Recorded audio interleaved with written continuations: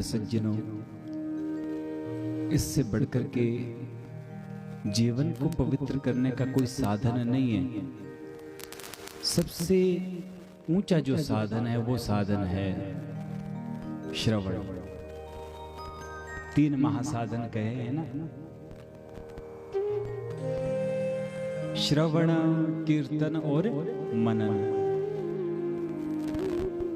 पहले नंबर पे आता है श्रवण, सुनना। ये बहुत ऊंची चीज है, मैं बार बार कहता हूं, बहुत ऊंची चीज है। सुनना सबके बस की बात नहीं होती सच्ची, सब सुन नहीं सकते।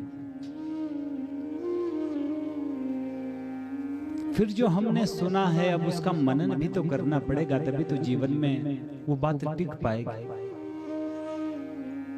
जो हमने सुना फिर उसका बार बार मनन करना है। आज हमने क्या सुना, क्या शिक्षा आज ली, कौन सा सूत्र हमने आज जीवन में धारण किया।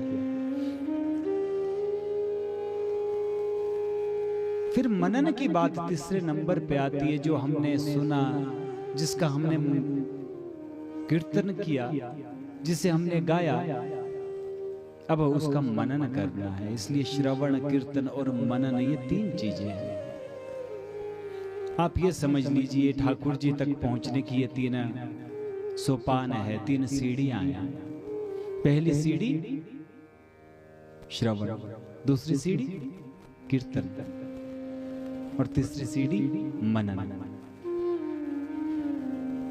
आप अभी कथा सुन रहे हैं ना, कथा सुनकर के मन भाव आ जाता है ना भगवान की मंगलमयी कथा सुनकर के कि कितने कृपालु है श्री राघवेंद्र सरकार।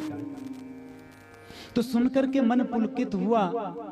तो ये श्रवण भक्ति है, कानों के माध्यम से ये भक्ति प्रविष्ट होती है हमारे हृदय में। जब हृदय में चली गई महाराज जी, तो अब घर जाते हुए मनन करते जाओ, मार्ग में जाते हुए मनन आप करते जाओ, कीर्तन करते जाओ। कीर्तन का मतलब जो सुना उसे बार बार गाते जाओ। राम जी ने ऐसा किया, ये लीला हमने सुनी, ये लीला हमने सुनी, ये लीला हमने सुनी। और उसके बाद जो आपने सुना, जो आपने गाया, अब उसका मनन कीजिए, उसे अपने जीवन में धारण करने का प्रयास कीजिएगा। ये सब हो गया तो समझ लीजिएगा अब ठाकुर जी ज्यादा दूर नहीं।